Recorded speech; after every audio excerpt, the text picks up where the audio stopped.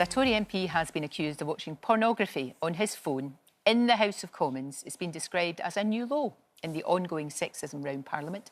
Editor of the Daily Mirror, Alison Phillips, and LBC host Rachel Johnson are with me now. I can't believe we're talking about this, Alison. It's on the front page of your newspaper this morning. It just keeps getting worse and worse, doesn't it? It does, and I think it just sort of points to that there's a culture within Parliament now where it's a male-dominated culture where people feel they can do things like this, and it's somehow not bad. I mean, I think most other workplaces in the country, if you were caught looking at porn, that would be you'd be out. Out in your ear. And it's that simple, really. And I think it's that wider cultural point as to why does this stuff keep happening? Yeah. And what's got to be done to really strip it back and say, right, we've got to start operating like everywhere else in the country. Yeah. Absolutely. And it comes after the whole row about Angela Rayner, doesn't it? It comes after that. You know, she was obviously on this show earlier on, genuinely really upset about it. Genuinely upset. I mean that story that came out which said that she was somehow sort of teasing the Prime Minister by crossing and uncrossing her legs. Yes. Is that the word? And also there's another story this week which seems to have got almost forgotten in everything else that's been going on, which is that 56... MPs, cabinet ministers across parties, both parties, that are being investigated for sex pest sort of behaviour. It's just incredible. At the heart of government, the people who are setting the rules, that are sort of supposed to kind of almost live by slightly better standards than the rest of us. Has it got worse, do you think, Rachel? Has it got worse? I'm just hearing about it. I was trying to think about it, and I think I worked in the press gallery, and I was racking my brains to try and think if I'd come across any sex pests, and I genuinely didn't. Yeah. But, I was in my 20s. My mother had prepared me, about going out at night and don't wear a short skirt and, walk in the middle of the road. Then I went to the Commons, and I did expect it to be a kind of laddie culture where, it was expected, you'd get legless in the strangers' bar. But I wasn't there for that long. I actually found more sexism in newspapers in my 20s than I did in the Commons. But I do think it has changed, and I was wondering whether it's become... I don't want to sound like, anti-Tory, because I think this is across the aisles. And I also think the porn in the Commons, is that a misogynist and sexist thing to do, to watch porn on your phone? And I tried to think... Sitting beside a woman, or sitting beside... that's the allegation. I think because pornography is quite misogynist, I think it probably is a sexist and misogynist thing to do. And I thought if I was sitting next to a man on the tube and he was watching porn on his phone, I would be absolutely outraged. Absolutely. And I'd tell him to turn it off, probably. So I think it's got even worse since I was in my 20s and I worked in the Commons. But which is extraordinary. We're in 2022. I know, I have to keep reminding myself about that. You probably could say something, because to somebody sitting there, an awful lot of women wouldn't. No. They'd feel intimidated. For goodness sake, I'd move anyway. Well, yes. I thought that was an interesting thing about this story, in that a senior woman, a minister, saw this man looking at, and it only came out a few weeks later when she's reported that a few women MPs have got together and started talking about it. Yeah. Now, what I think that shows is that the culture there is such that she didn't feel she could go to anybody that day or immediately. That's the body. I would like to think that anybody who worked for me who saw something like that could come to somebody else, and say, this thing's just happened and it's wrong. Yeah. The idea that nobody even talked about it for 4 weeks is extraordinary. They are now. Yeah. Then you've got the situation. We had the Tory MP Caroline Noakes on the show on Monday, then we had Angela Rayner on the next day. Both of them, interestingly, made a conscious decision to wear trousers, to wear a trouser suit, because they just didn't want to be subjected to the usual nonsense.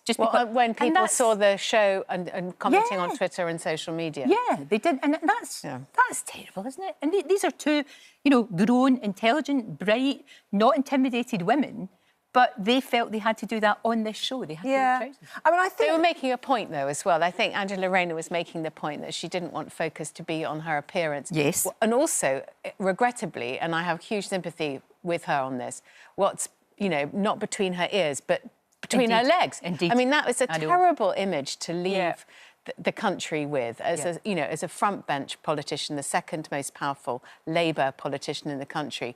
Everyone's talking about, the basic instinct scene. I mean, admittedly, she also spoke about it, but we have to, I think, accept that she finds it very offensive. Yeah, she said she found it mortifying. And And it was sort of grotesque and very sexual as well. And it's this thing that I think so many women in so many walks of life have had throughout their lives, throughout their careers. They can work really hard, they can be really bright, they can be really good, but then there's this sort of, well, they've only got there because they look like this, or they've done that, and I think women are now reaching that point and they've completely had enough of it, just had enough. And somebody said, oh, well, they've got to do it to encourage more women to go into politics. But women they've got to stop this to encourage more women to come into politics. But actually, women have been going to politics, they've been going to all sorts of jobs for years and having to put up with this. And people just say, no more. No. Do you think this is a tipping point? Do you think things will change? I think younger women coming through, I think people maybe of our age have put up with things just because we thought, well, that's the way it is. And like Angela Rayner had to do so long. No, but it's got worse. When we came into our jobs in journalism, it wasn't as bad as it is now. I mean, the idea that somebody be watching porn or still doing the hourglass shape or that shape, I think that has stopped in the comments. It's been stamped out. Yeah, I think a lot of things have got better, but younger women coming through as well are really absolutely zero tolerance. They really have. That's and that's great. That is encouraging because that's the thing. I mean, we have to change attitudes, don't we? That story. I mean, for example, that story. Would you have put that in the paper? No. The story about Angela Rayner, the way it was done. No. Absolutely not. And we had long conversations about, on Monday we were saying, is there any way in any scenario that story could have got in? And there is no way we would have done that.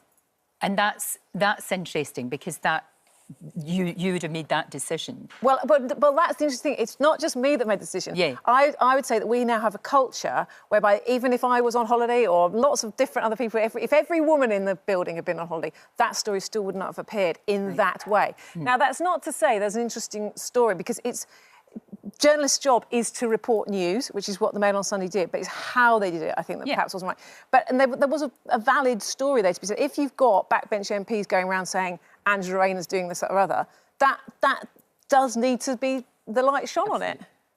I think the story changed completely when the anecdote about the basic instinct action was put in the mouth of the Tory MPs. When Angela Rayner herself alluded to it in the podcast, it wasn't a story.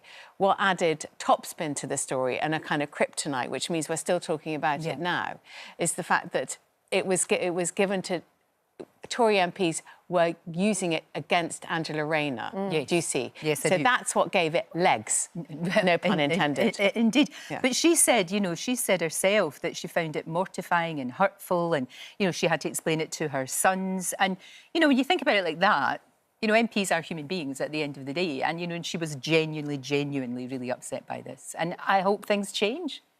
I hope they do. I think they are. I think they have changed a lot, but I think as well in Parliament there's a culture of long hours, pressure, drinking. alcohol. Yeah. I mean, what other workplaces have alcohol being served on the premises? It's crazy. And it's a late night, disaster. Strangers Bar, Commons Terrace.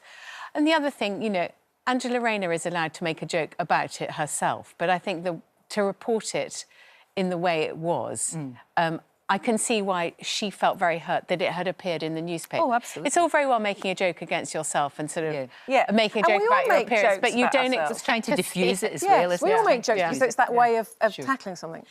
Thank you both. Like we said, this is not going to go away, that's for sure. I mean, and especially as you said, 56 MPs, cross parties, are going to be investigated for sexual misconduct. Don't forget, you can watch full episodes of Lorraine on the ITV Hub and all the best clips, compilations and playlists right here on our channel. Just subscribe now and you'll never miss an upload. Click here to watch another video similar to this one, or click here to head to our channel's homepage to explore all of our exciting videos.